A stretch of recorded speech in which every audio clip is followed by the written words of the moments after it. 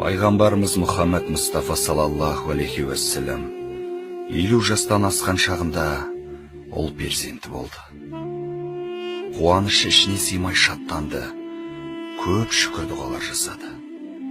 Баласы 7 күндік болғанда ақиқа жасап, ұлым Ибрахимдей тақуалы болсын деп, ұлына Ибрахим деп есім қойды. Осы ұлы 5-6 жасқа келген уақытында қатты сырқаттанып қалды.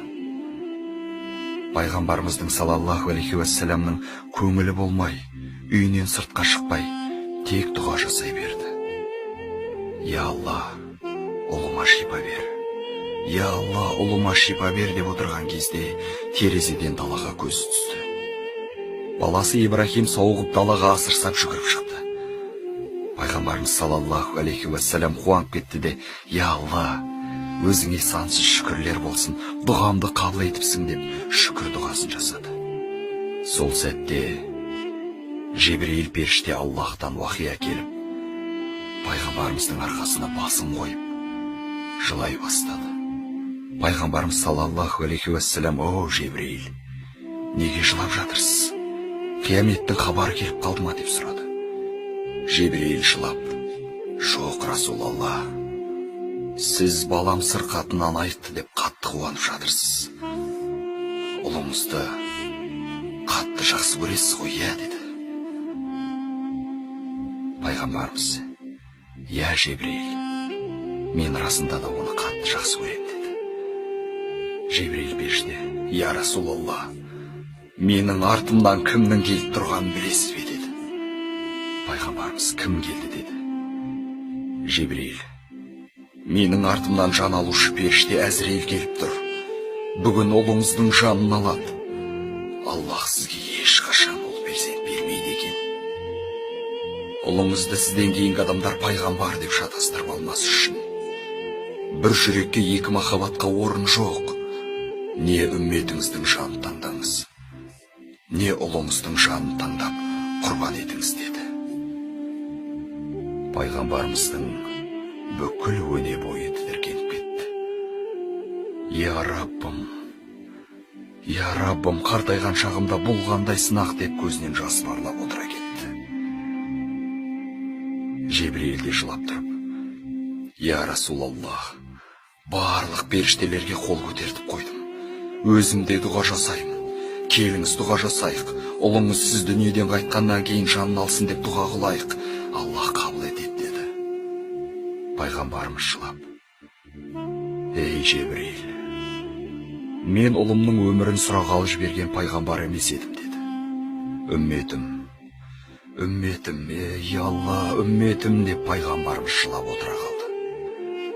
Көзінен аққан жас сақалына тамды. Мақұл, мен үмметімді таңдадым. Ұлым үмметімнің орнына садақа болсын. Егер барлық періштелер қолдарын көтеріп тұрған болса, дұға жасасын. Мен де дұға жасайын. Сіз де дұға жасаңыз, Жебірейіл досым. Ұлымды үмметімнің орнына садақа еттім. Аллахты қала үмметтеріме діндар перзент бердің, я Раббым деп жылап тұрып пайғамбарымыз дұға жасады. Сонда Расулалла, ұлыммен қоштасып алуға рұқсат берілеме деді.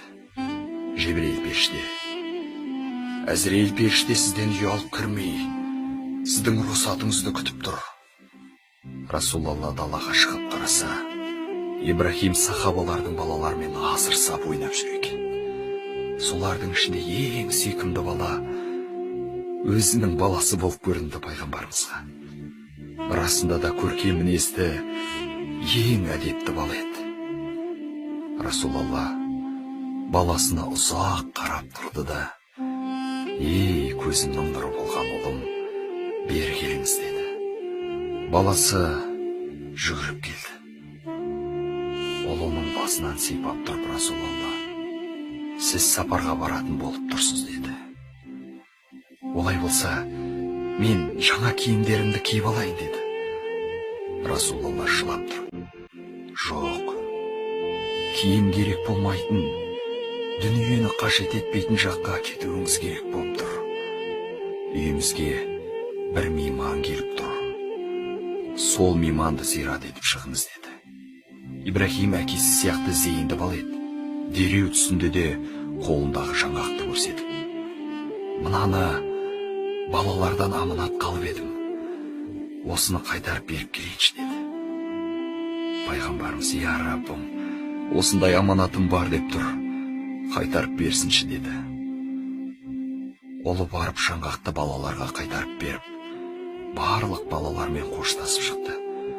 Тіпті кейбіреулермен үлкен кісілерше жүзіне тегізіп, құшақтасып қоштасты.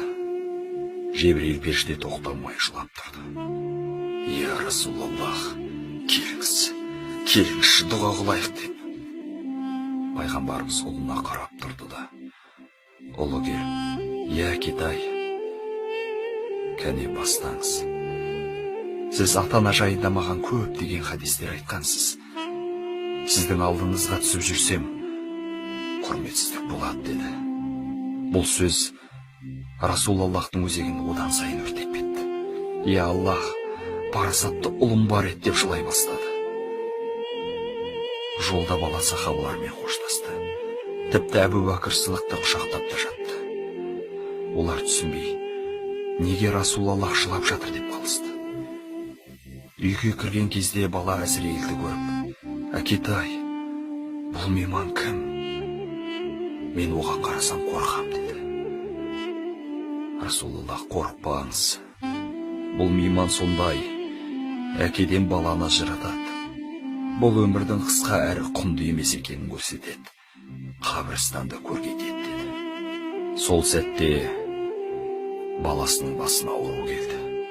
Баласы: басым қатты ауырып жатыр» деді. Расулаллах тізесін бүгіп: «Келіңіз ұлым, тіземе басыңызды қойыңыз» деп айтты да ұлын қатты құшақтап: «Ей Жебірейіл, Әзірелге айтыңыз, баламның жанын ауыртпай алсын» деді.